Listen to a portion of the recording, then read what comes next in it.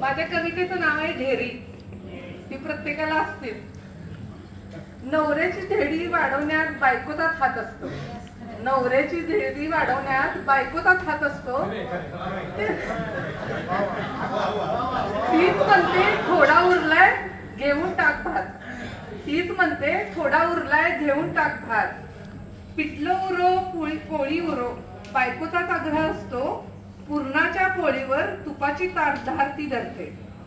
बोंडे वाढते, भजी वाढते, मस्त भाज्या करते.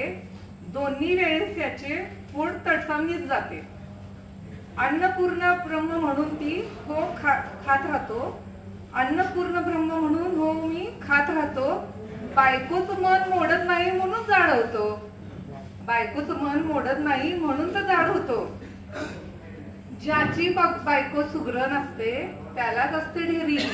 ऐकलं का? लक्षात ठेवा सगळ्यांनी.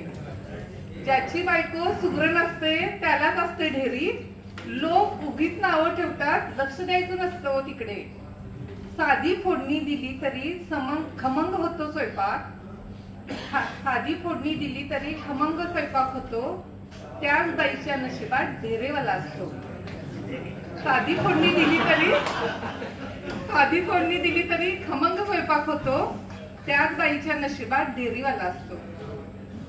जिथं जाईल तिथं लोक आग्रह करत असतात. जिथं जाईल तिथं लोक आग्रह करत राहतात. स्वभाव हुशारी सोडून ढेरीकडेच पाहतात. स्वभाव हुशारी पाहून तुमच्या ढेरीकडेच पाहतात. बरेच जण सल्ला देतात थोडा व्यायाम करत जा. बरेच जण सल्ला देत असतात व्यायाम करत जा जरा. सकाळी उठून थोडं ग्राउंडवर पळत जा. सकाळी थोडं उठून ग्राउंडवर पळत जा. योगासन प्राणायाम का नाही करत? योगासन प्राणायाम का करत नाही? सकाळी उठून डोंगरावर का चढत नाही? ते जरी बोलले तरी कशाला लक्ष द्यायचं? ते जरी बोलले तरी कशाला लक्ष द्यायचं? एक वाटी संपली तर दुसरं आईस्क्रीम संपवायचं. एक वाटी संपली तर दुसरं आईस्क्रीम संपवायचं. लोकांच्या भरीस पडून काहीच करायचं नाही. लोकांच्या भरीस पडून काहीच करायचं नाही. उगीच डायटिंग करून बरतुंगड व्हायचं नाही. व्यायाम करा ते म्हणत असतात. व्यायाम करा ते म्हणत असतात. कोण म्हणतं जाड माणसं हँडसम दिसत नसतात. कोण म्हणतं जाड माणसं हँडसम दिसत नसतात. हे सर्व जेंट्ससाठी आवर्जून आहे बरं का.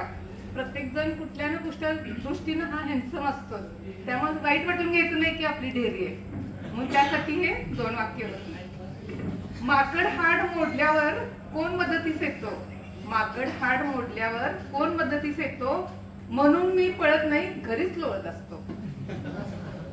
फुकटचे सल्ले द्यायला लोकांचं काय हो जातं?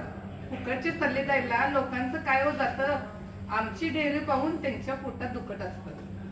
आमची ढेरी पाहून त्यांच्या पोटात दुखत राहतं.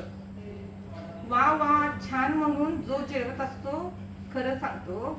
वा वा म्हणून जो खरं संग जेवत असतो त्याचाच पोटाचा घेर वाढत असतो. कोणत्याही आर्यागरांचं ढेरी सुटत नसते. कोणत्याही आर्यागराची ढेरी सुटत नसते. ढेरीसाठी भगवंतांची कृपा लागते. समाधानी माणसाचा सुटत असते ढेरी. समाधानी माणसाची सुटत असते ढेरी. सुखाचं आणि आनंदाचं प्रतीक असते ढेरी. त्यामुळे सगळ्यांनी त्यात आनंद मानून घ्या. कारण सुखाचं आणि आनंदाचं प्रतीक असते ढेरी. धन्यवाद.